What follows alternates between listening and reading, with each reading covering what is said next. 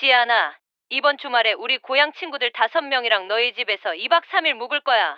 금요일 오후 퇴근을 앞둔 지안의 휴대폰에서 시어머니 순자의 목소리가 흘러나왔습니다. 물어보는 게 아니었어요. 일방적인 통보였죠. 미리 방 좀 깨끗이 치워놔. 아, 그리고 너희 안방 비워. 내가 거기서 잘 테니까. 지안은 휴대폰을 든 손에 힘이 들어갔어요. 일주일 내내 야근에 시달려 녹초가 된 몸. 간신히 맞이한 주말인데 손님 6명을 모시라고요? 게다가 자기 집 안방에서 쫓겨나 거실에서 자라고요? 어머님, 저희 부부들 다 이번 주 너무 힘들었어요. 주말엔 좀 쉬어야. 뭐, 쉬긴 뭘 쉬어. 내 아들 집인데 내가 못 쓴다는 게 말이 되냐?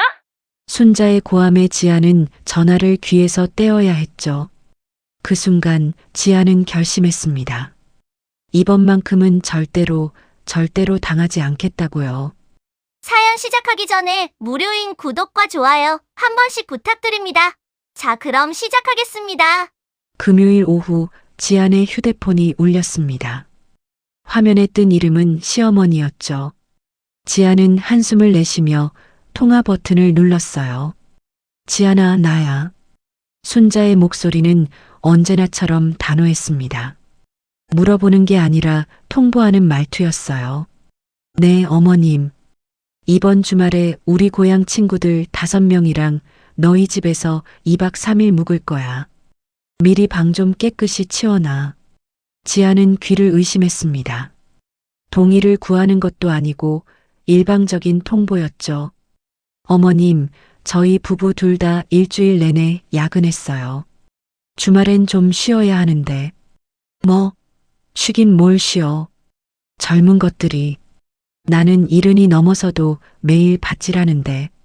순자의 목소리가 높아졌습니다.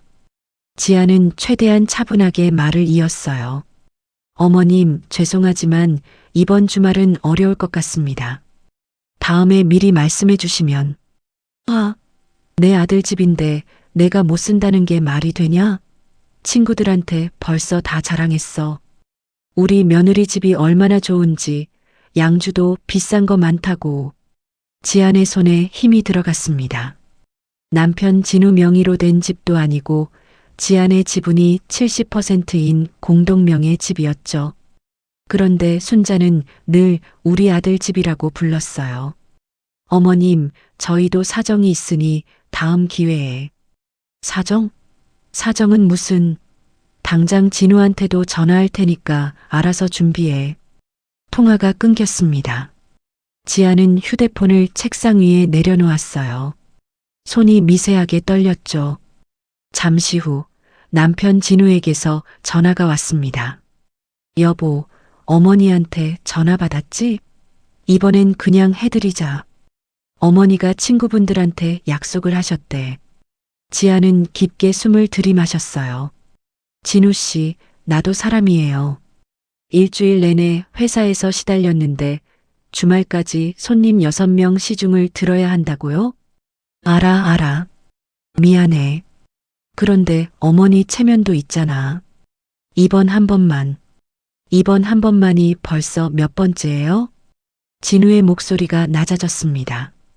그래도 우리가 안방 비워드리고 거실에서 자면 되잖아. 어머니 길을 좀 살려드려야지. 지아는 말문이 막혔어요. 안방을 비우고 거실에서 자라고요? 자기 집에서요? 진우 씨, 지금 정신이 있으세요?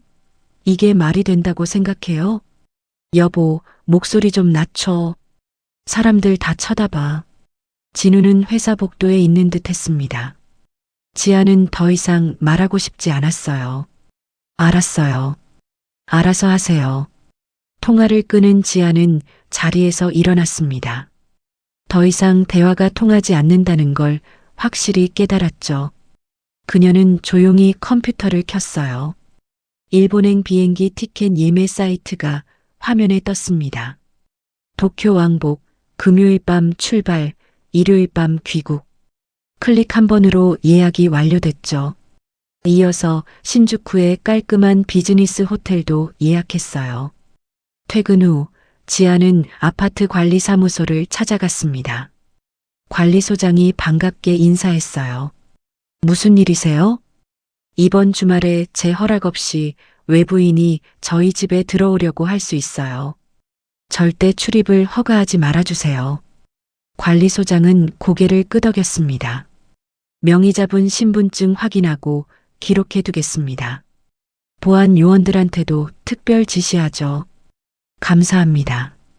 집으로 돌아온 지아는 현관문 도어락 앞에 섰어요. 설정 버튼을 길게 눌렀죠. 지문 인식 메뉴로 들어가 순자와 진우의 지문 정보를 모두 삭제했습니다. 비밀번호도 완전히 다른 조합으로 변경했어요. 이전 번호는 생일이나 기념일 조합이었지만 이번엔 아무도 추측할 수 없는 무작위 숫자였죠. 지아는 거실로 들어가 술장에서 순자가 자랑하던 고급 양주 3병을 꺼냈습니다. 침실 금고를 열고 그 안에 조심스럽게 넣었어요. 결혼 예물로 받았던 금반지와 명품 시계도 함께요. 금고 문을 닫고 비밀번호를 설정했죠. 거실 중앙 테이블에는 A사 용지 한 장을 펼쳐 놓았습니다. 법무법인의 직인이 선명하게 찍힌 문서였어요. 본 주택은 공동명의 재산으로 명의자의 동의 없는 무단 출입 및 점유는 주거침입죄에 해당합니다. 기물 파손 시 민형사상 책임을 묻겠습니다. 법무법인 정의. 지아는 그 문서를 테이블 한가운데 가지런히 놓았어요. 짐을 챙겼습니다. 작은 캐리어 하나면 충분했죠. 여권, 지갑, 세면도구, 편한 옷 몇 벌. 휴대폰을 들고 남편에게 간단한 메시지를 보냈어요. 친정 다녀올게요. 그게 전부였습니다. 지아는 현관문을 나서며 뒤돌아보지 않았어요. 공항 가는 길, 지아는 택시 뒷좌석에서 휴대폰 설정을 열었습니다. 수신 차단 목록에 2개의 번호를 추가했죠. 시어머니, 남편. 공항 라운지는 조용했어요. 지아는 창밖의 비행기들을 바라보며 아메리카노를 마셨습니다. 손이 더 이상 떨리지 않았죠. 오히려 마음이 차분하게 가라앉았어요. 탑승 안내 방송이 나왔습니다. 지아는 가방을 들고 자리에서 일어났어요. 게이트를 향해 걸어가는 그녀의 걸음은 가벼웠습니다. 비행기 안에서 지아는 창가 자리에 앉았죠. 이륙을 기다리며 눈을 감았어요. 엔진 소리가 점점 커지더니 기체가 하늘로 떠올랐습니다. 지안의 입가에 미소가 번졌죠. 토요일 오전 10시 아파트 단지 입구에 승합차 한 대가 멈춰 섰습니다. 차에서 내린 6명의 노인들은 모두 화려한 등산복 차림이었어요. 순자가 앞장서서 걸었죠. 자, 이리 오세요들. 우리 며느리 집이 얼마나 좋은지 보여드릴게요. 순자의 목소리는 자신감으로 가득했습니다. 친구들은 감탄사를 연발했어요. 어머, 순자야, 여기 정말 고급 아파트네. 우리 동네랑은 비교도 안 되겠어. 순자는 가슴을 폈습니다. 로비를 지나 엘리베이터를 탔죠. 23층 버튼을 누르는 순자의 손놀림이 익숙했어요. 엘리베이터 문이 열리고 복도가 나타났습니다. 순자는 2304호 앞에 섰어요. 자, 여기에요. 들어가서 편하게 쉬세요. 친구들이 기대에 찬 눈으로 문을 바라봤습니다. 순자는 도어락 앞에 섰죠. 익숙한 손놀림으로 비밀번호를 눌렀어요. 삑삑삑. 비밀번호가 일치하지 않습니다. 기계음이 차갑게 울렸습니다. 순자의 미간이 좁혀졌어요. 이상하네. 다시 한번 눌렀죠. 천천히 정확하게. 삑삑삑. 비밀번호가 일치하지 않습니다. 친구들 사이에서 웅성거림이 시작됐어요. 순자야, 비밀번호 잊은 거 아니야? 아니야, 분명히 이 번호인데. 순자의 목소리가 조금씩 떨렸습니다. 그녀는 지문 인식 패드에 엄지를 댔어요. 삑. 등록되지 않은 지문입니다. 순자의 얼굴이 하얗게 질렸죠. 등록되지 않았다고요? 분명히 지난달까지도 잘 열렸는데요. 잠깐만요. 전화 좀 할게요. 순자는 휴대폰을 꺼내 지안에게 전화를 걸었습니다. 뚜뚜뚜. 현재 전화를 받을 수 없습니다. 자동응답기였어요. 순자는 다시 걸었죠. 또 자동응답기였습니다. 친구 중 한 명인 말숙이 비죽 웃었어요. 순자야, 혹시 며느리한테 미리 말 안 한 거 아니야? 무슨 소리야? 내가 분명히 말했어. 순자의 목소리가 높아졌습니다. 다른 친구들도 수군거리기 시작했죠. 그런데 왜 문이 안 열리는 거야? 설마 거짓말한 건 아니겠지? 순자는 황급히 지안의 직장 동료에게 전화를 걸었어요. 예전에 회식 때 번호를 받아뒀던 기억이 났죠. 여보세요? 저 지안이 시어머니인데요. 혹시 지안이 어디 있는지 아세요? 아, 어머님. 지안 씨는 오늘 연차 쓰고 쉰다고 했는데요. 집에는 없던데요? 그건 저도 잘 모르겠습니다. 죄송해요. 통화가 끊어졌습니다. 순자는 진우에게도 전화를 걸었어요. 진우야, 지안이가 도어락 비밀번호 바꿨어. 집에 못 들어가겠어. 뭐라고요? 잠깐만요, 어머니. 제가 지금 갈게요. 복도에는 무거운 침묵이 흘렀습니다. 친구들은 큰 짐 가방을 든 채 서 있었죠. 시간이 지날수록 분위기가 냉랭해졌어요. 이웃집 문이 열렸습니다. 중년 남성이 밖을 내다보며 인상을 찌푸렸죠. 여기서 뭐 하시는 겁니까? 시끄러워서 잠을 못 자겠네요. 죄송합니다. 곧 들어갈게요. 순자는 고개를 숙였어요. 하지만 문은 여전히 닫혀 있었죠. 10분쯤 지나자 또 다른 이웃이 나왔습니다. 저기 혹시 2304호 집주인 아시는 분들인가요? 네, 저기 사는 며느리 시어머니예요. 그럼 왜 밖에 서 계세요? 민폐인 거 모르세요? 이웃의 목소리가 차가웠어요. 순자는 얼굴이 빨개졌죠. 곧이어 경비 유니폼을 입은 보안 요원이 나타났습니다. 여기서 무엇을 하고 계십니까? 우리 며느리 집인데 비밀번호가. 신분증 좀 보여주시겠습니까? 순자는 신분증을 꺼냈어요. 보안 요원은 휴대용 단말기로 무언가를 확인했습니다. 2304호 명의자분께서 오늘 외부인 출입을 일체 금지해달라는 요청을 하셨습니다. 죄송하지만 여기 계실 수 없습니다. 뭐라고요? 나 며느리 시어머니라니까요. 명의자분이 허락하지 않으셨습니다. 이곳은 사유재산이므로 더 이상 머무르시면 불법 침입으로 간주됩니다. 보안 요원의 말투는 단호했어요. 친구 말숙이 비꼬는 투로 말했습니다. 순자야, 평소에 자랑하던 거 다 거짓말이었어? 며느리가 순종적이라고 했잖아. 아니야. 이건 오해야. 순자의 목소리가 떨렸죠. 다른 친구들도 수군거렸어요. 그러게. 뭔가 이상하다 했어. 우리 숙소도 없는데 어쩌지? 순자는 분노가 치밀어 올랐습니다. 그녀는 현관문을 향해 발을 휘둘렀어요. 이 문 좀 열어봐. 당장. 쿵쿵. 보안 요원이 순자의 팔을 잡았습니다. 부인, 진정하세요. 이러시면 경찰을 부를 수밖에 없습니다. 손 놔요. 내 아들 집인데 왜 내가 못 들어가? 지금 당장 이곳을 떠나지 않으시면 강제로 모시고 나가겠습니다. 보안 요원은 무전기로 지원을 요청했어요.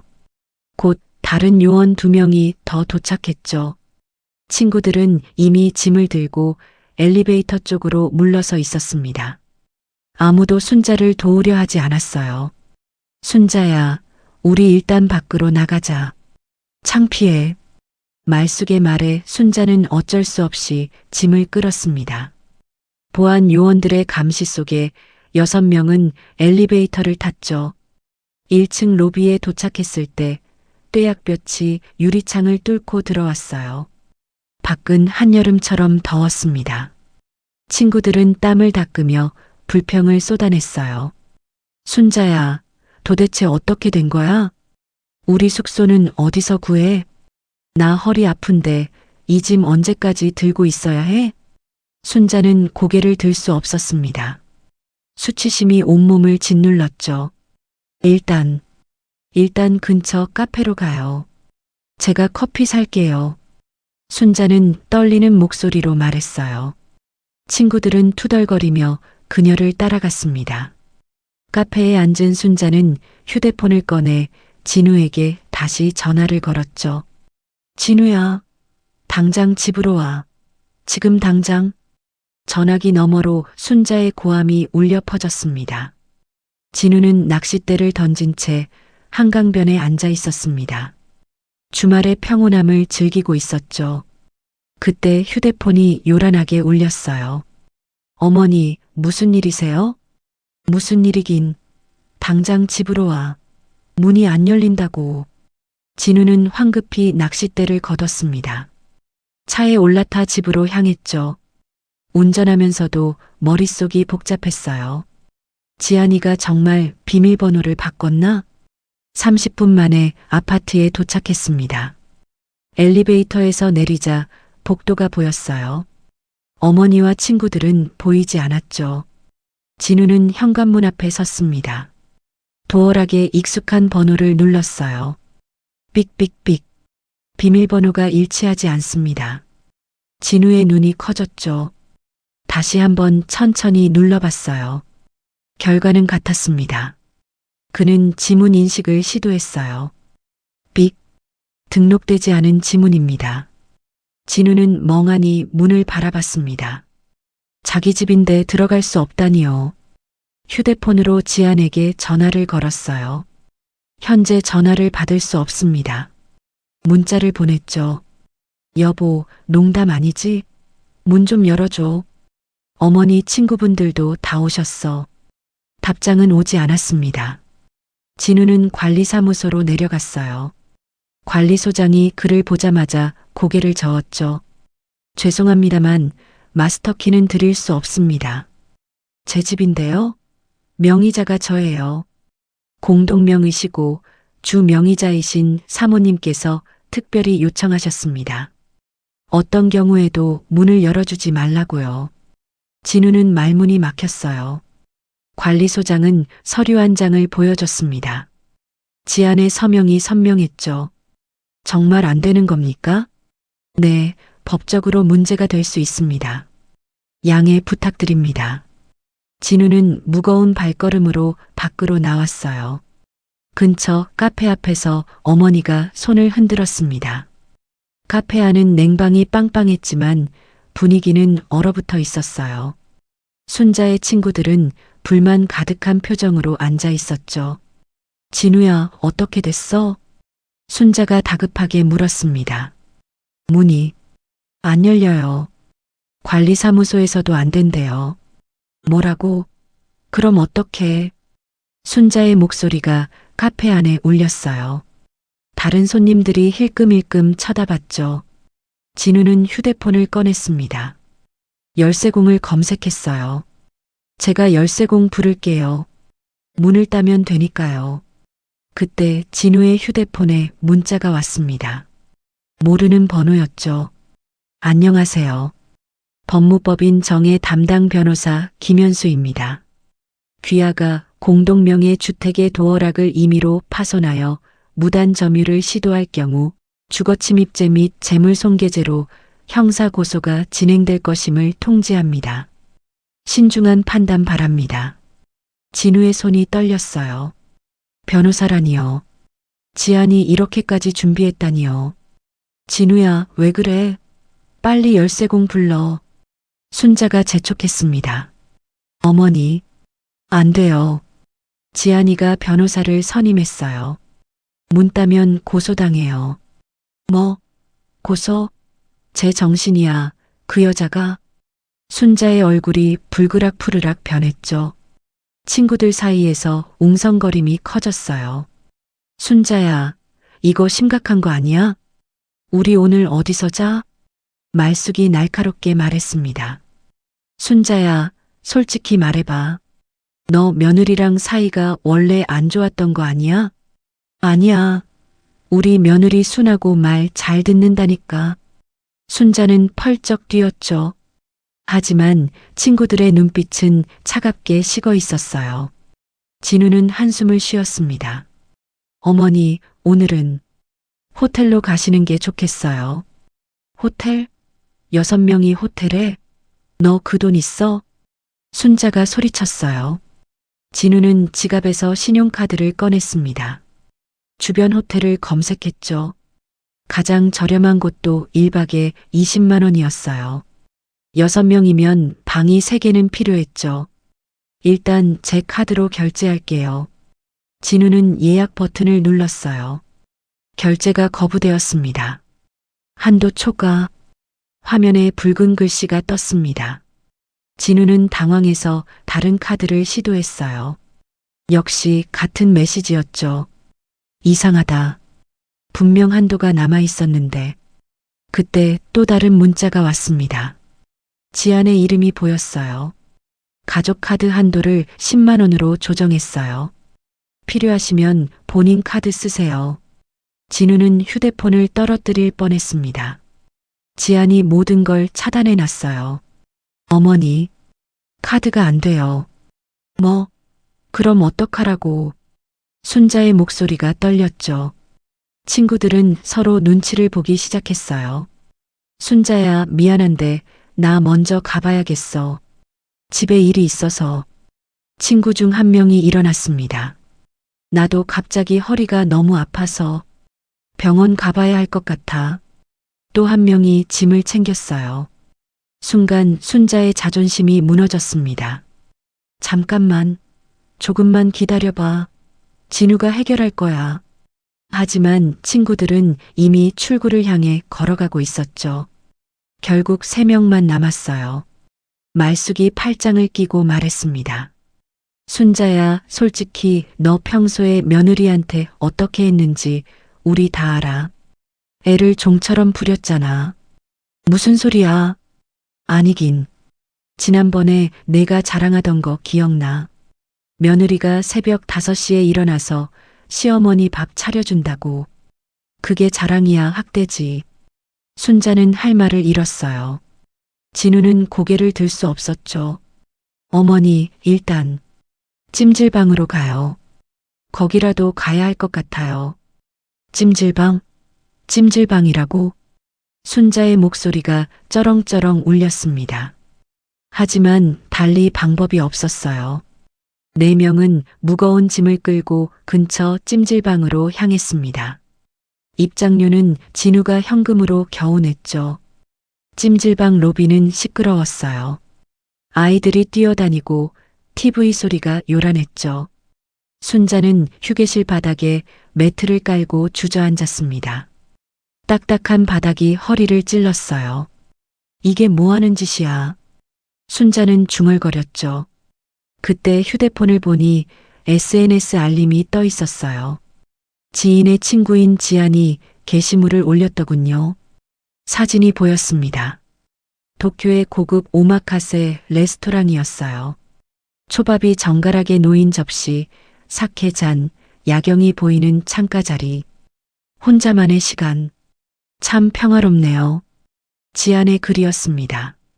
순자의 혈압이 치솟았어요. 손이 부들부들 떨렸죠. 이 여자가 지금. 진우가 얼른 어머니의 휴대폰을 빼앗았습니다. 어머니, 보지 마세요. 화만 나요. 하지만 순자의 얼굴은 이미 새빨개져 있었어요. 찜질방 형광등 아래에서 순자의 그림자는 초라하게 일그러져 있었습니다. 찜질방의 밤은 길었습니다. 딱딱한 바닥에서 뒤척이며 순자는 한숨도 제대로 자지 못했어요.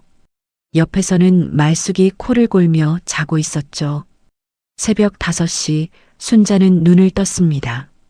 온몸이 뻐근했어요. 7시쯤 되자 친구들도 하나둘 일어났습니다. 얼굴들이 모두 굳어 있었죠. 순자야, 나 허리 너무 아파. 병원 가봐야겠어. 영자가 허리를 두드리며 말했어요. 나도 목이 완전히 돌아갔어. 이거 보상 받아야 하는 거 아니야? 말숙의 목소리는 날카로웠습니다. 순자는 어색하게 웃었어요. 미안해들. 오늘은 내가 백화점 가서 선물 살게. 맛있는 것도 사주고. 선물? 좋지. 그 정도는 해줘야지. 친구들의 얼굴이 조금 풀렸어요. 순자는 진우에게 전화를 걸었습니다. 진우는 차 안에서 밤을 보냈대요. 진우야, 백화점으로 와. 카드 가져와. 어머니, 제 카드 다 막혔어요. 지안이가. 그럼 현금이라도 찾아와. 어서. 전화를 끊은 순자는 친구들을 이끌고 찜질방을 나섰습니다. 근처 백화점까지는 걸어서 10분 거리였죠. 백화점 앞에서 진우가 기다리고 있었어요. 얼굴이 초췌했습니다. 어머니, 현금 50만 원밖에 없어요. 뭐? 겨우 그것밖에? 순자는 황당했지만 어쩔 수 없었어요. 백화점 안으로 들어갔습니다. 친구들은 명품 매장 앞에 멈춰섰죠. 순자야, 저기 가방 예쁘다. 저거 사줘. 말숙이 가리킨 가방은 가격표가 120만 원이었어요. 아, 그건 좀. 다른 거 보자. 순자는 친구들을 식품 코너로 데려갔습니다. 한과 세트와 건강식품을 골랐죠. 그래도 한 사람당 10만 원씩은 나갔어요. 계산을 하는데 순자의 휴대폰이 울렸습니다. 남은 친구 중 한 명인 정순이었어요. 순자야, 나 먼저 버스 타고 집에 갈게. 더 이상 못 있겠어. 잠깐, 정순아. 선물 사줄게. 됐어. 너희끼리 잘 지내. 전화가 끊겼죠. 이제 남은 친구는 말숙과 영자뿐이었습니다. 진우는 옆에서 지안의 지인들에게 연락을 시도하고 있었어요. 지안의 대학 친구, 직장 동료, 심지어 옛날 동창까지요. 여보세요? 저 지안이 남편인데요. 혹시 지안이가 어디 있는지 아세요? 모르는데요. 그리고 왜 저한테 전화하세요? 차갑게 전화가 끊어졌습니다. 다른 번호로도 걸어봤어요. 지안 씨 남편분이시죠? 지안 씨한테서 들었어요. 시어머니 일로 힘들다고. 저희는 도와드릴 수 없습니다. 또 끊겼죠. 모두가 지안의 편이었어요. 진우는 점점 고립되어 가고 있었습니다. 그 순간 순자의 휴대폰에 또 알림이 떴어요. 지안의 SNS였죠. 이번에는 영상이었습니다. 도쿄 거리를 걷는 모습, 고급 카페에서 디저트를 먹는 장면, 호텔 객실에서 여유롭게 책을 읽는 모습까지요. 힐링 중입니다. 내 인생에서 이렇게 평화로운 시간은 처음인 것 같아요. 모두 제 선택 덕분이죠. 순자는 참을 수 없었어요. 댓글창에 손가락을 놀렸습니다. 이 XX야, 시어머니가 찜질방에서 자는데 너는 호강이냐? 효도도 모르는 년아. 욕설을 마구 쏟아냈죠. 진우가 황급히 휴대폰을 빼앗았어요. 어머니, 이러시면 안 돼요. 증거 남아요. 하지만 이미 늦었습니다. 지아는 댓글을 캡처한 후 바로 삭제해버렸어요. 순자는 분이 풀리지 않았습니다. 지안의 친정 어머니에게 전화를 걸었죠. 여보세요? 사돈 되시는 분이죠? 네, 그런데 무슨 일이세요? 지안의 어머니 목소리는 차분했어요. 딸 교육을 어떻게 시킨 겁니까? 시어머니를 이렇게 무시하는 게 어디 있어요? 순자가 소리를 질렀습니다. 지안의 어머니는 잠시 침묵했어요. 그리고 차갑게 대답했죠. 사돈께서 먼저 예의를 저버리셨으니 우리 딸도 참을 만큼 참은 겁니다. 더 이상 전화하지 마세요. 또? 전화가 끊어졌어요. 순자는 휴대폰을 쥔 손이 떨렸습니다. 백화점 로비에 앉은 순자는 멍하니 앞을 바라봤어요. 말숙과 영자는 받은 선물 봉투를 들고 있었죠. 영자가 조심스럽게 입을 열었습니다. 순자야, 솔직히 말할게. 너 평소에 며느리한테 너무 심했어. 뭐? 우리 작년에 너희 집 갔을 때 봤잖아. 며느리가 새벽부터 일어나서 밥하고 설거지하고 청소하는 거. 너는 소파에 앉아서 TV만 보고. 순자의 얼굴이 굳었어요. 말쑥도 거들었습니다. 맞아. 그리고 며느리 월급으로 너 용돈 받았었잖아. 한 달에 100만 원씩이나. 그것도 모자라서 명품 가방 사달라고 했고. 그게 뭐가 잘못이야. 며느리 된 도리지. 순자가 목소리를 높였어요. 영자가 고개를 저었습니다. 순자야, 시대가 바뀌었어. 지금은 그렇게 안 해. 너만 옛날 생각하고 사는 거야. 넌 내 편도 안 들어주는 거야? 편을 들고 말고가 아니야. 내가 잘못한 거잖아. 순자는 화가 머리끝까지 치솟았습니다. 그래, 내가 잘못했어. 만족해? 이제 다들 날 욕하고 싶은 거지. 순자야, 진정해. 진정하긴. 너희도 다 한 통 속이구나. 순자는 영자의 팔을 밀쳤어요. 영자가 비틀거렸죠. 야, 순자야. 너 지금 뭐 하는 짓이야? 너희가 날 배신했잖아. 순자와 영자가 서로 소리를 지르기 시작했습니다. 주변 사람들이 쳐다봤어요. 말숙이 끼어들었죠. 야, 순자야. 정신 차려. 여기 백화점이야. 닥쳐. 너희 같은 친구 필요 없어. 순자는 영자의 머리채를 잡아당겼습니다. 영자도 지지 않고 순자의 옷깃을 붙잡았죠.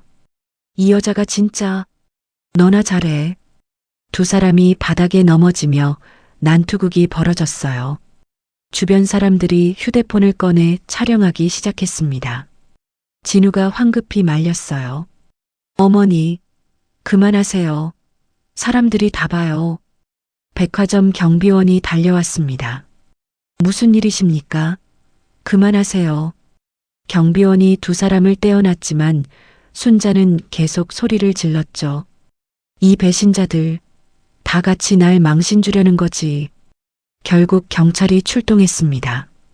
파출소에서 두 사람은 조서를 작성했어요. 그 광경은 이미 여러 사람의 휴대폰에 담겨 있었습니다. 누군가 온라인 커뮤니티에 영상을 올렸죠. 백화점에서 난투극 벌인 노인들. JPG. 댓글이 달리기 시작했어요. 뭐야, 이 사람들 키읔키읔키읔. 저 나이 먹고 창피한 줄도 모르나. 찜질방에서 잤다는 말 들렸는데 사연 있나 봄. 순자의 얼굴과 목소리가 만천하에 공개되었습니다. 그녀가 그토록 자랑스러워했던 체면이 산산조각 난 순간이었어요. 파출소를 나온 순자는 멍하니 걸었습니다. 영자와 말숙은 이미 떠나고 없었죠. 진우만이 옆에서 따라왔어요. 어머니, 이제 어떡해요? 순자는 대답하지 않았습니다. 그저 휴대폰 화면을 응시할 뿐이었죠. 온라인에 퍼진 자신의 모습을 보며 순자는 처음으로 두려움을 느꼈습니다. 일요일 오후 인천공항 입국장 문이 열렸습니다. 지안이 작은 캐리어를 끌고 나왔어요. 얼굴에는 여유로운 미소가 번져 있었죠. 입국장 밖에는 정장을 입은 남성이 서 있었습니다. 이혼 전문 변호사 김현수였어요. 고생하셨습니다, 의뢰인님. 아니에요, 변호사님. 오히려 좋은 휴가였어요. 두 사람은 공항 카페로 들어갔습니다. 김현수 변호사가 서류 가방을 열었죠. 최종 확인하시겠습니까? 변호사가 서류 뭉치를 꺼내 테이블에 놓았어요. 이혼 소송장이었습니다. 지아는 천천히 페이지를 넘겼어요. 혼인관계, 파탄 사유, 정신적 피해, 재산 분할 청구 내역까지 빼곡하게 정리되어 있었죠. 증거 자료는 다 첨부됐나요? 네. 시어머니의 폭언 메시지 47건, 무리한 용돈 요구 내역 23건, 가사 노동 강요를 입증하는 녹취록 12건 모두 들어 있습니다. 지아는 고개를 끄덕였어요. 이번 주말 사건도 추가해 주세요. 도어락 변경과 출입 차단건 말씀이시죠? 이미 보안 요원 진술서를 확보했습니다. 완벽하네요. 지아는 서류 마지막 장에 서명했습니다. 펜 끝에서 잉크가 매끄럽게 흘러나왔죠. 집으로 바로 가시나요? 변호사가 물었어요. 아니요. 미리 예약해둔 호텔로 갈 거예요. 당분간 거기 머물 생각이에요. 지아는 이미 모든 걸 계획해 두었습니다. 변호사와 헤어진 지아는 택시를 타고 강남의 호텔로 향했어요. 체크인을 마치고 깔끔한 객실에 들어섰죠. 창밖으로 서울 야경이 펼쳐졌습니다. 소파에 앉은 지아는 휴대폰을 꺼냈어요. 모바일 소송 접수 앱을 열었죠. 변호사가 보낸 파일을 업로드했습니다. 최종 확인 버튼을 누르는 순간 지안의 손가락이 잠깐 멈췄어요. 하지만 주저하지 않았죠. 클릭. 소송장이 정상적으로 접수되었습니다. 상대방에게 통지됩니다. 화면에 메시지가 떴습니다. 지아는 조용히 휴대폰을 내려놓았어요. 이제 시작이었죠. 같은 시각, 진우는 어머니를 모시고 원룸 부동산을 알아보고 있었습니다. 순자는 계속 투덜거렸어요. 이런 데서 어떻게 살라는 거야? 방 하나에 화장실 하나라니. 어머니, 지금은 이게 최선이에요. 진우의 목소리는 지쳐 있었죠. 그때 진우의 휴대폰에 알림이 왔습니다. 법원 전자소송 시스템이었어요. 귀하를 피고로 하는 이혼 소송이 제기되었습니다. 진우는 화면을 뚫어지게 쳐다봤어요. 손가락으로 파일을 열었죠. 소송장이 펼쳐졌습니다. 원고 한지안, 피고 박진우. 첫 페이지를 넘기자 청구 취지가 나왔어요. 혼인관계 파탄으로 인한 이혼, 위자료 5천만 원, 재산 분할 청구. 진우의 얼굴이 하얗게 질렸습니다. 다음 페이지는 증거 목록이었죠. 순자가 보낸 메시지들이 캡처되어 있었어요. 며느리 주제에 감히 시어머니한테 대들어? 너희 친정은 가난뱅이 집안이면서 교육도 못 시켰나 보다. 이번 달 용돈 100만 원 부족해. 추가로 보내. 진우는 어머니의 메시지를 처음 본 게 아니었어요. 하지만 이렇게 한꺼번에 보니 충격적이었죠. 계속 넘겨보니 녹취록도 있었습니다. 순자가 지안을 너 인연이라고 부르는 음성 파일이었어요. 지안의 부모님을 시골 촌놈들이라고 비하하는 내용도 있었죠. 어머니, 이게 뭐예요? 진우가 휴대폰을 들이밀었습니다. 순자는 화면을 보더니 코웃음을 쳤어요. 그래서 내가 뭘 잘못했는데? 사실이잖아. 어머니, 이런 식으로 말씀하신 거 하나도 몰랐어요. 너도 똑같이 생각하면서 무슨 소리야. 지안이가 너희 친정보다 못한 집안 출신인 건 사실이잖아. 진우는 말문이 막혔어요. 부동산에서 나온 두 사람은 차에 올라탔습니다. 진우는 운전대를 잡은 채 멍하니 앞을 바라봤죠. 휴대폰이 또 울렸어요. 변호사 김현수의 문자였습니다. 박진우 씨, 이혼 소송과 관련하여 합의를 원하신다면 빠른 시일 내에 연락 주시기 바랍니다. 재판으로 가면 더 불리해지실 수 있습니다. 진우는 한숨을 쉬었어요. 어머니, 이혼하게 생겼어요. 뭐, 이혼? 좋아. 그 독한 년 내쫓고 새 장가가. 순자는 오히려 기뻐했습니다. 어머니, 집이 공동명의예요. 게다가 지안 지분이 70%고요. 뭐라고? 순자의 얼굴이 굳었어요. 대출 상환도 전부 지안이 월급으로 하고 있었어요. 제 월급은 어머니 용돈이랑 생활비로 다 나갔고요. 진우의 목소리가 떨렸죠. 그럼 우리가 집을 잃는다는 거야? 네. 재산 분할하면 제게 남는 건 거의 없어요. 차 안에 무거운 침묵이 흘렀습니다. 순자는 처음으로 심각성을 깨달았어요. 그녀가 자랑하던 아파트, 고급 가구, 명품 가방들 모두 사라질 수 있었죠. 진우야, 빌어서라도 막아. 어머니, 이미 늦었어요. 진우는 고개를 떨구었습니다. 그때 또 문자가 왔어요. 이번에는 지안이었습니다. 내일 오전 10시까지 집에서 나가세요. 짐은 알아서 챙기시고요. 그렇지 않으면 무단점유로 경찰에 신고하겠습니다. 진우는 휴대폰을 꽉 쥐었어요. 손에 힘이 들어갔죠. 어머니, 내일까지 집 나가야 해요. 뭐, 우리 집인데? 이제 우리 집 아니에요.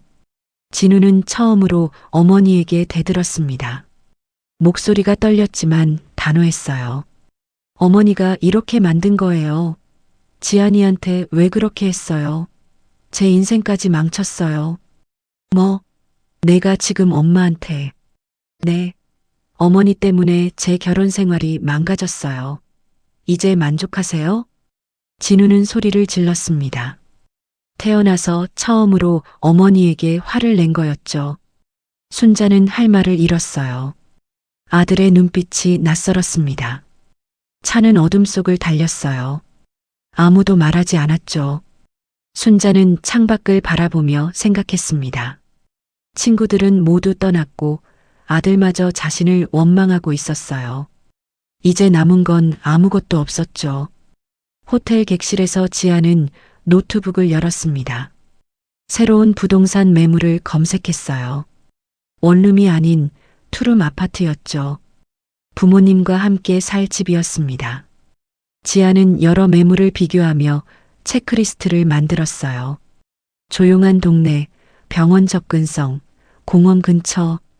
휴대폰에는 엄마에게서 전화가 왔습니다. 지아나, 괜찮니? 네, 엄마. 전 괜찮아요. 소송 얘기 들었어. 힘들지? 아니요. 오히려 후련해요. 지안의 목소리는 담담했어요. 우리 딸 고생 많았다. 이제 안 고생할 거예요. 엄마, 아빠랑 같이 살 집 알아보고 있어요. 그래. 천천히 해. 통화를 끝낸 지아는 창밖을 바라봤습니다. 도시의 불빛들이 반짝였죠. 휴대폰에는 순자의 번호가 여전히 저장되어 있었어요. 지아는 연락처를 길게 눌렀습니다. 삭제하시겠습니까? 지안의 손가락이 화면 위에 멈췄어요. 아직은 아니었습니다. 모든 법적 절차가 끝나면 그때 지울 생각이었죠. 지안은 노트북을 닫고 침대에 누웠습니다. 천장을 바라보며 조용히 눈을 감았어요. 내일부터 새로운 삶이 시작될 거였습니다. 월요일 아침 9시 지아는 호텔 로비에서 변호사 김현수를 만났습니다. 두 사람은 검은색 세단에 올라탔어요. 목적지는 지안의 아파트였죠. 긴장되시나요? 변호사가 물었습니다. 아니요. 오히려 시원해요. 지안의 목소리는 차분했어요. 차는 아파트 지하 주차장에 멈춰 섰습니다. 엘리베이터를 타고 23층으로 올라갔죠. 복도는 고요했어요. 2304호 앞에 선 지아는 도어락에 새 비밀번호를 입력했습니다. 띠리링. 문이 열렸어요. 현관을 들어서자 코를 찌르는 냄새가 났습니다. 담배 냄새와 음식 찌꺼기 냄새가 섞여 있었죠. 거실은 난장판이었어요. 소파 위에는 옷가지들이 널려 있었고 테이블에는 라면 용기와 음료수 캔이 어지럽게 놓여 있었죠. 진우는 거실 구석 바닥에 앉아 있었습니다. 머리를 감싸 쥔 채 고개를 들지 못했어요. 순자는 안방 침대에 누워 있었죠. 지안이 들어오는 소리를 듣고도 움직이지 않았습니다. 일어나세요. 지안의 목소리가 울렸어요. 순자가 천천히 몸을 일으켰습니다. 얼굴은 부어 있었고 눈은 충혈되어 있었죠. 지안아, 우리 얘기 좀. 얘기할 거 없어요. 지안은 미리 준비한 캐리어 2개를 거실 한가운데 내던졌습니다. 바퀴가 바닥을 구르며 요란한 소리를 냈어요. 1시간 안에 짐 싸서 나가세요. 두 분 다. 진우가 고개를 들었습니다. 지아나, 제발. 한 번만 더 기회를. 기회는 이미 수없이 드렸어요. 더 이상은 없어요. 지안의 눈빛은 흔들림이 없었죠. 순자가 침대에서 내려왔습니다. 휘청거리며 거실로 걸어 나왔어요. 지안아, 내가 잘못했어. 응? 이 시어머니가 너무 심했지. 순자는 무릎을 꿇으려 했습니다. 지안은 한 발 뒤로 물러섰어요. 그런 거 필요 없어요. 진심도 아니면서. 진심이야. 정말이야. 나 반성하고 있어. 순자의 목소리가 떨렸습니다. 지아는 휴대폰을 꺼냈어요. 녹취 파일을 재생했죠. 스피커에서 순자의 목소리가 흘러나왔습니다. 지안이 부모는 뭐 하는 사람들이야? 시골에서 농사나 짓는 촌놈들이잖아. 우리 아들이 너 같은 년한테 시집 온 게 얼마나 손해인 줄 알아? 너 같은 게 감히 시어머니한테 대들어? 버릇이 없어도 한참 없네. 녹음은 계속 이어졌어요. 지안의 친정을 비하하고 지안을 하대하는 순자의 목소리였죠. 순자의 얼굴이 창백해졌습니다.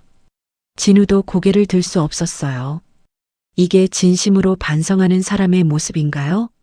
지안이 조용히 물었습니다. 순자는 입을 다물었어요. 할 말이 없었죠. 김현수 변호사가 서류 가방에서 계약서를 꺼냈습니다. 시간 절약하시죠. 합의 이혼 조건서입니다. 서명하시면 재판은 피할 수 있습니다. 변호사가 서류를 테이블 위에 펼쳤어요. 진우가 다가와 내용을 훑어봤습니다. 위자료 5천만 원.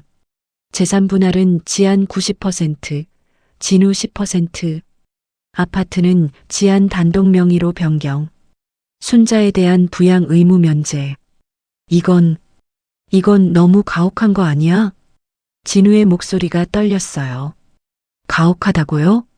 지안이 차갑게 웃었습니다. 제가 3년 동안 당한 게 가혹하지 않았나요? 새벽 5시에 일어나 밥 차리고 퇴근하고 와서 청소하고 주말마다 시댁 행사 준비하던 게요? 진우는 대답하지 못했어요. 그것도 모자라서 제 월급으로 시어머니 용돈 드리고 명품 가방 사드리고 그게 다 당연한 거였나요? 지안의 목소리가 높아졌습니다. 순자가 끼어들었어요. 그래도 우린 가족이잖아. 가족끼리 이렇게까지. 가족이요? 지안은 냉소를 띄었죠. 저를 가족으로 본 적이나 있었어요? 전 그냥 무료 가정부였잖아요. 순자는 할 말을 잃었습니다. 지안은 부동산 중개인에게 전화를 걸었어요. 네, 지금 오셔도 됩니다. 매물 확인하러 오신다고 했죠? 잠시 후 초인종이 울렸습니다. 중개인이 들어왔어요. 안녕하세요. 매물 상태 확인하러 왔습니다. 중개인은 거실을 둘러봤어요. 지저분한 상태를 보며 고개를 저었죠. 청소는 하셔야겠네요. 이 상태로는 좋은 가격 받기 힘듭니다. 걱정 마세요. 오늘 중으로 전문업체 부를 겁니다. 지안이 답했어요. 순자는 그제야 심각성을 깨달았습니다. 정말로 집이 팔리는 거였어요. 지안아, 정말 이러는 거야? 정말? 순자의 목소리가 떨렸죠. 네, 정말이에요. 지안은 변호사에게 고개를 끄덕였어요. 변호사가 서류를 진우 앞으로 밀었습니다. 서명하세요. 재판 가면 더 읽습니다. 진우는 떨리는 손으로 펜을 들었어요. 순자가 아들의 팔을 붙잡았죠. 진우야, 서명하면 안 돼. 어머니, 더 이상은 못해요. 진우는 서명란에 이름을 썼습니다. 박진우. 펜 끝에서 잉크가 번졌어요. 순자는 주저앉았습니다. 모든 게 끝났다는 걸 알았죠. 지아는 안방으로 들어갔어요. 옷장을 열자 순자의 명품 가방과 옷들이 걸려 있었습니다. 지아는 하나하나 꺼내 거실로 가져왔어요. 현관문을 열고 복도에 내던졌죠. 이거 다 가져가세요. 제 돈으로 산 거지만 필요 없어요. 가방들이 복도 바닥에 흩어졌습니다. 순자는 그 광경을 멍하니 바라봤어요. 자랑하던 명품들이 쓰레기처럼 버려진 모습이었죠. 보안 요원이 복도에 나타났습니다. 지안이 미리 연락해둔 거였어요. 퇴거 지원 요청하신 분 맞으시죠? 네, 맞습니다. 보안 요원은 진우와 순자를 바라봤어요. 1시간 드렸으니 시간 내에 나가주시기 바랍니다. 진우는 어쩔 수 없이 캐리어에 옷가지를 넣기 시작했습니다. 순자는 복도에 나가 명품 가방들을 주워 담았죠. 30분쯤 지나자 짐이 대충 정리됐어요. 2개의 캐리어와 쇼핑백 몇 개가 전부였습니다. 진우와 순자는 현관문 밖으로 나섰어요. 보안 요원이 뒤를 지켰죠. 다시는 이 집에 출입하지 마십시오. 무단 출입 시 즉시 신고 조치됩니다. 지안의 목소리는 단호했어요. 순자는 마지막으로 지안을 쳐다봤습니다. 지안아, 안녕히 가세요. 지안은 문을 닫았어요. 철컥. 도어락이 잠기는 소리가 복도에 울렸습니다. 진우와 순자는 무거운 짐을 들고 엘리베이터로 향했어요. 보안 요원이 끝까지 동행했죠. 1층 로비를 나서자 햇빛이 눈부셨습니다. 순자는 고개를 들 수 없었어요. 택시를 잡아타고 둘은 말없이 앉아 있었죠. 어디로 가야 할지도 몰랐습니다. 고시원이나 찾아봐야겠어요. 진우가 중얼거렸어요. 순자는 대답하지 않았습니다. 창밖의 풍경이 흐려져 보였죠. 한편 아파트에서는 전문 청소업체가 도착했습니다. 지아는 구석구석을 지우라고 지시했어요. 담배 냄새 완전히 없애주세요. 침구류는 전부 교체하고요. 네, 알겠습니다. 청소업체 직원들이 일을 시작했어요. 지아는 거실 창가에 섰습니다. 아래로 작아지는 진우와 순자의 모습이 보였어요. 지아는 아무 감정도 느끼지 않았습니다. 그저 담담할 뿐이었죠. 휴대폰을 꺼내 부모님께 전화를 걸었어요. 엄마, 다 끝났어요. 그래, 우리 딸. 고생했다. 이제 새 집 알아볼게요. 엄마 아빠랑 같이 살 집이요. 천천히 해. 급할 것 없어. 통화를 마친 지아는 미소를 지었습니다. 진짜 웃음이었어요. 청소가 끝나자 집은 말끔해졌습니다. 시댁의 흔적은 하나도 남아있지 않았죠. 지아는 새 침구를 깔고 소파 커버도 교체했어요. 집이 완전히 새 것처럼 느껴졌습니다. 저녁이 되자 지아는 혼자 간단한 저녁을 먹었어요. 김치찌개 한 그릇이었죠. 누구를 위해 차릴 필요도 없었고 눈치 볼 사람도 없었습니다. 조용한 저녁이었어요. 지아는 거실 소파에 누워 천장을 바라봤어요. 평온함이 온몸에 퍼졌죠. 이제 이 집은 완전히 지아의 것이었습니다. 고향으로 내려간 순자는 낡은 시외버스에서 내렸습니다. 작은 시골 마을이었죠. 오래전 떠났던 그 동네였어요. 버스 정류장 앞 슈퍼 주인 할머니가 순자를 알아봤습니다. 어머, 순자 씨 아니야? 오랜만이네. 네. 안녕하세요. 순자는 고개를 숙였어요. 서울 산다며? 아들 잘 산다고 했잖아. 무슨 일로 왔어? 그냥 잠깐 다녀가려고요. 순자는 서둘러 자리를 떴습니다. 하지만 소문은 이미 퍼져 있었어요. 찜질방 난투극 영상이 동네 단톡방에 돌고 있었죠. 저 사람 순자 아니야? 맞네, 맞아. 영상 속 그 사람. 며느리한테 당했다며? 쪽팔리게. 수군거림이 등 뒤에서 들렸습니다. 순자는 귀를 막고 싶었어요. 친구들에게서도 연락이 왔습니다. 말숙이었죠. 순자야, 찜질방 숙박비 15만 원 계좌로 보내. 우리 다 영수증 있어. 영자에게서도 문자가 왔어요. 교통비 5만 원, 그날 먹은 거 10만 원. 합쳐서 15만 원 보내. 다른 친구들도 마찬가지였습니다. 순자가 약속했던 선물값, 식사비, 숙박비를 모두 청구했어요. 합치면 80만 원이 넘었죠. 순자는 통장을 확인했습니다. 잔액은 23만 원이었어요.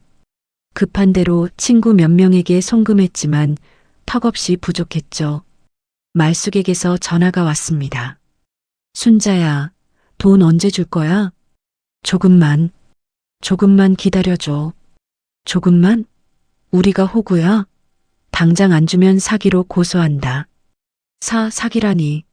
그게 무슨 소리야? 너 우리한테 고급 호텔에서 재운다고 했잖아. 근데 찜질방이었어. 이거 사기 아니야? 말숙의 목소리는 차가웠어요. 제발, 시간을 좀 줘. 내가 꼭 갚을게.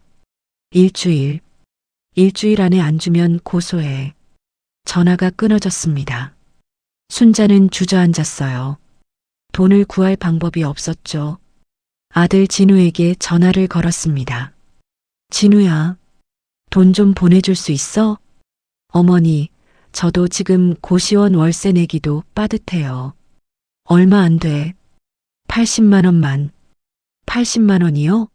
어머니, 전 지금 한 달에 50만 원으로 살고 있어요. 진우의 목소리는 지쳐 있었죠. 그럼 어떡해? 친구들이 고소하겠다는데. 제가 어떻게 해드릴 수가 없어요. 죄송합니다. 진우는 전화를 끊었습니다. 순자는 멍하니 휴대폰을 내려다봤어요. 갈 곳도 기댈 곳도 없었습니다. 서울에서 진우는 좁은 고시원 방에 앉아 있었어요. 방 크기는 3평도 안 됐죠. 책상 하나, 침대 하나가 전부였습니다. 지안에게 문자를 보냈어요. 지안아, 정말 다시 시작할 수 없을까? 내가 정말 잘못했어. 어머니도 반성하고 계셔. 답장은 오지 않았습니다. 다시 보냈죠. 제발 한 번만 만나줘. 얘기라도 하자. 이번에는 답장이 왔어요. 접근 금지 가처분 신청했어요. 더 이상 연락하지 마세요. 스토킹으로 고소합니다. 진우는 휴대폰을 던졌습니다. 벽에 부딪혀 액정이 금이 갔어요. 회사에서도 문제가 생겼습니다. 집중력이 떨어져 실수가 잦아졌죠. 박 대리, 이번 달 실적 왜 이래요? 팀장이 따끔하게 말했어요. 죄송합니다. 다음엔 잘하겠습니다. 개인 사정은 집에 두고 다니세요. 회사는 회사예요. 진우는 고개를 숙였죠. 점심시간에도 혼자 구석에서 컵라면을 먹었어요. 동료들은 진우를 피했습니다. 저 사람 요즘 이상해. 이혼했대. 부인이 차버렸대. 수군거림이 들렸죠. 진우는 아무 말도 하지 않았어요. 그저 라면 국물만 후루룩 마셨습니다. 한편 지아는 회사에서 새로운 프로젝트를 맡았습니다. 팀장이 직접 불렀어요. 지안 씨, 이번 대형 프로젝트 총괄 맡아볼래요? 정말요? 네. 그동안 업무 능력 뛰어난 거 다 봤어요. 승진 대상자에도 올라갔고요. 지아는 미소를 지었어요. 감사합니다. 최선을 다하겠습니다. 동료들도 축하해줬죠. 지안 씨, 요즘 달라 보여요. 더 밝아졌어요. 그래요? 기분 탓인가 봐요. 지아는 웃으며 대답했습니다. 퇴근 후 지아는 블로그를 열었어요. 그동안의 일들을 정리해서 글을 썼죠. 제목은 나를 찾아 떠난 여행이었습니다. 시어머니의 횡포, 남편의 무능함, 그리고 자신의 선택. 일본 여행 사진과 함께 담담하게 적어 내려갔어요. 글을 올리자마자 조회수가 급격히 올라갔습니다. 댓글도 쏟아졌죠. 사이다네요. 잘하셨어요. 저도 용기 얻었어요. 감사합니다. 이런 며느리가 더 많아져야 해요. 공감과 응원의 댓글이 수백 개 달렸습니다. 순자는 그 블로그를 우연히 발견했어요. 친구가 링크를 보내왔죠. 너 이거 봤어? 내 얘기 아니야? 순자는 떨리는 손으로 글을 읽었습니다. 자신의 행동이 낱낱이 기록되어 있었어요. 욕설 메시지, 금전 요구, 가사노동 강요. 모든 게 증거와 함께 공개되어 있었죠. 댓글에는 순자를 비난하는 글들이 가득했습니다. 이런 시어머니는 처벌받아야 해요. 며느리를 종처럼 부리다니 끔찍하네요. 이 시대에 이런 일이 아직도 있다니. 순자는 휴대폰을 던져버리고 싶었어요. 하지만 댓글을 계속 읽었죠. 그때 변호사에게서 문자가 왔습니다. 온라인상 명예훼손 및 악성 댓글 작성 건으로 추가 고소 가능합니다. 삼가시기 바랍니다. 순자는 공포를 느꼈어요. 더 이상 아무것도 할 수 없었습니다. 그녀는 휴대폰을 들고 밖으로 나갔어요. 작은 개울가로 걸어갔죠. 휴대폰을 물속에 던져버렸습니다. 첨벙. 휴대폰이 물속으로 가라앉았어요. 순자는 그 자리에 주저앉아 울음을 터뜨렸습니다. 아무도 없는 개울가에서 혼자였죠. 진우는 회사에서 또 실수를 저질렀습니다. 중요한 거래처에 잘못된 견적서를 보낸 거였어요. 박 대리, 이게 뭡니까? 팀장이 소리를 질렀어요. 죄송합니다. 죄송하다고 해결돼요? 회사 신용도에 문제 생겼어요. 다시 하겠습니다. 됐어요. 당분간 외근은 못 나가요. 내근 업무만 하세요. 진우는 사실상 좌천된 거였습니다. 점심시간, 진우는 혼자 옥상으로 올라갔어요. 난간에 기대서서 아래를 내려다봤죠. 이렇게 살아야 하나. 허무함이 밀려왔습니다. 그때 휴대폰이 울렸어요. 어머니 순자였죠. 진우야, 나 어떻게 하면 좋겠니? 저도 모르겠어요, 어머니. 미안하다. 정말 미안해. 순자의 목소리가 떨렸습니다. 처음으로 진심 어린 사과였어요. 하지만 이미 늦었죠. 어머니, 이제 각자 살아요. 전 제 인생 살아야 해요. 진우야, 전화 끊을게요. 진우는 전화를 끊었습니다. 지아는 새 아파트 계약서에 서명했어요. 투룸이었죠. 부모님과 함께 살 집이었습니다. 엄마, 이 집으로 이사 오세요. 그래, 우리 딸. 고맙다. 지안의 어머니는 딸을 꼭 안아줬어요. 다시는 고생하지 마. 이제는 내가 행복할 차례야. 네, 엄마. 지안은 평화로운 미소를 지었습니다. 모든 법적 절차가 완료됐어요.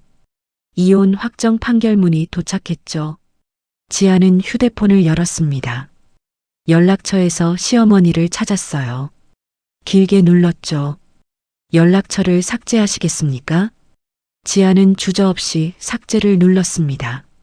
순자의 번호가 영원히 사라졌어요. 지아는 창밖을 바라봤습니다. 하늘은 맑고 푸르렀죠. 이제 시작이야. 지아는 혼잣말을 했어요. 진정한 자유의 시작이었습니다. 1년 후 토요일 아침, 지아는 따스한 햇살에 눈을 떴습니다. 알람 소리 없이 자연스럽게 깨어난 아침이었죠. 거실로 나오자 부모님이 식탁에 앉아 계셨어요. 어머니가 따뜻한 미소를 지었습니다. 잘 잤니? 네, 엄마. 너무 잘 잤어요. 지아는 식탁에 앉았어요.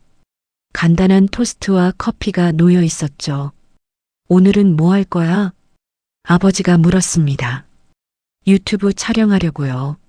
새로운 콘텐츠 준비했어요. 우리 딸 이제 유명인이네. 어머니가 자랑스럽게 말했어요. 지안의 유튜브 채널 지안의 자유로운 삶은 구독자 50만 명을 넘어섰습니다. 시댁 문제를 극복한 이야기, 자립하는 법, 당당하게 사는 방법 등을 다뤘죠. 특히 사이다 며느리라는 별명으로 불리며 많은 사람들에게 용기를 줬어요. 아침 식사를 마친 지아는 방으로 들어가 촬영 준비를 했습니다. 카메라를 세팅하고 조명을 켰죠. 안녕하세요, 여러분. 지안입니다. 밝은 목소리로 인사했어요. 오늘은 경계 설정하는 법에 대해 이야기해 볼게요. 많은 분들이 가족 관계에서 힘들어 하시더라고요. 지안은 자신의 경험을 바탕으로 조언을 풀어냈습니다. 무리한 요구는 거절해도 괜찮다는 것. 자신을 지키는 게 이기적인 게 아니라는 것. 행복할 권리는 누구에게나 있다는 것. 촬영을 마치고 편집을 시작했어요. 익숙한 작업이었죠. 점심때쯤 휴대폰에 알림이 왔습니다. 회사 단톡방이었어요. 지안 씨, 승진 축하해요. 팀장님 되시는 거 맞죠? 대박. 동료들의 축하 메시지가 쏟아졌습니다. 지난주 인사 발표가 있었어요. 지안은 최연소 팀장으로 승진했죠. 감사합니다.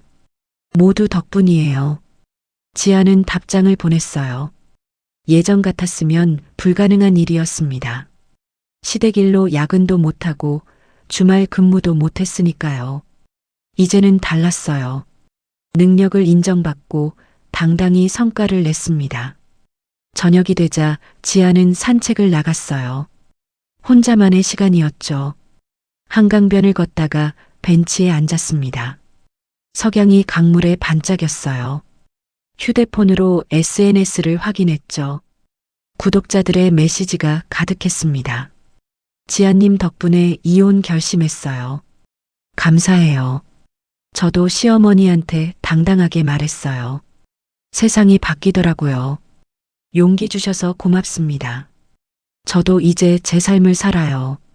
지안은 미소를 지었어요. 자신의 이야기가 누군가에게 도움이 된다는 게 뿌듯했죠. 그때 우연히 동네 커뮤니티 게시글이 눈에 띄었습니다. 시골 장터에서 본 할머니. 사진이 첨부되어 있었어요. 낡은 좌판에 앉아 채소를 파는 노인의 뒷모습이었죠. 지안은 사진을 자세히 봤습니다. 익숙한 등 굽은 모습이었어요. 순자였습니다. 댓글들이 달려 있었죠. 저분 원래 서울서 잘 살다가 쫓겨났대요. 며느리한테 당한 거 맞죠? 소문 들었어요. 자업자득이네요. 지안은 사진을 확대해 봤어요. 순자의 얼굴은 많이 늙어 보였습니다. 1년 사이에 10년은 늙은 것 같았죠. 하지만 지안은 아무 감정도 느끼지 않았습니다. 동정심도 죄책감도 없었어요. 그저 담담하게 사진을 닫았죠. 각자의 인생이야. 지안은 생각했어요. 진우에 대한 소식도 가끔 들렸습니다. 회사 동료를 통해서였죠.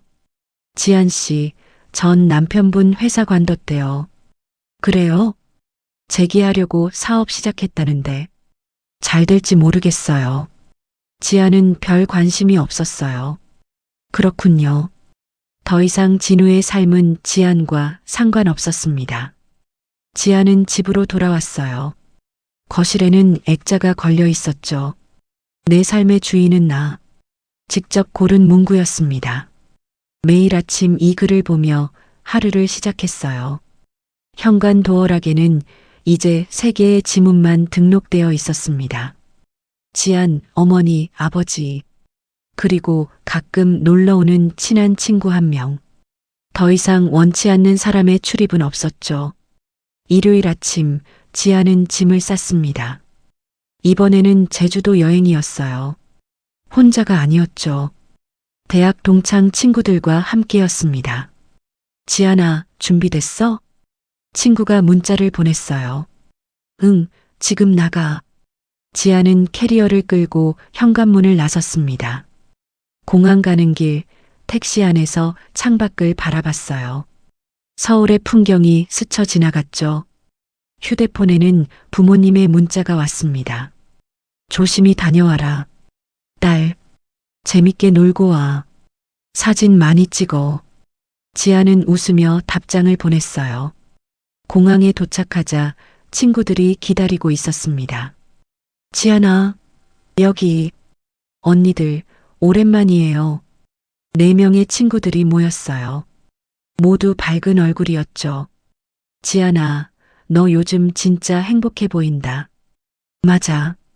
예전보다 훨씬 밝아졌어. 친구들이 말했어요. 그렇죠? 저도 그렇게 느껴요. 지아는 솔직하게 대답했습니다. 탑승 수속을 마치고 라운지로 들어갔어요. 창밖으로 비행기들이 보였죠. 친구들과 수다를 떨며 커피를 마셨습니다. 웃음소리가 끊이지 않았어요. 탑승 안내 방송이 나왔습니다. 5명은 일어나 게이트로 향했죠. 비행기에 오른 지아는 창가 자리에 앉았어요. 친구가 옆자리에 앉았습니다. 지아나, 진짜 잘 결정한 것 같아. 이혼. 나도 그렇게 생각해. 지아는 고개를 끄덕였어요. 비행기가 활주로로 이동했습니다. 엔진 소리가 점점 커졌죠. 속도가 빨라지더니 기체가 하늘로 떠올랐어요. 지아는 창밖을 바라봤습니다. 구름 위로 올라가는 비행기, 아래로 작아지는 도시, 모든 게 멀어져 갔어요. 과거도, 아픔도, 후회도. 지아는 눈을 감았습니다. 평온한 잠이 찾아왔죠. 친구가 담요를 덮어줬어요. 푹 쉬어, 지아나. 비행기는 구름 사이를 날았습니다. 햇빛이 창문으로 스며들었어요. 지안의 얼굴에는 평화로운 미소가 번져 있었습니다. 더 이상 누군가를 위해 살지 않았어요. 자신을 위해 사는 삶. 그것이 진정한 자유였죠. 비행기는 제주도를 향해 날아갔습니다. 새로운 여행, 새로운 추억, 새로운 시작. 지안의 인생 2막이 펼쳐지고 있었어요. 창밖의 하늘은 끝없이 푸르렀습니다. 오늘의 이야기가 당신의 마음에 작은 울림을 드렸다면 구독과 좋아요를 눌러주세요. 그리고 사연의 주인공을 위한 따뜻한 말씀도 댓글로 부탁드립니다. 당신의 오늘을 늘 응원합니다. 고인물 열전이었습니다.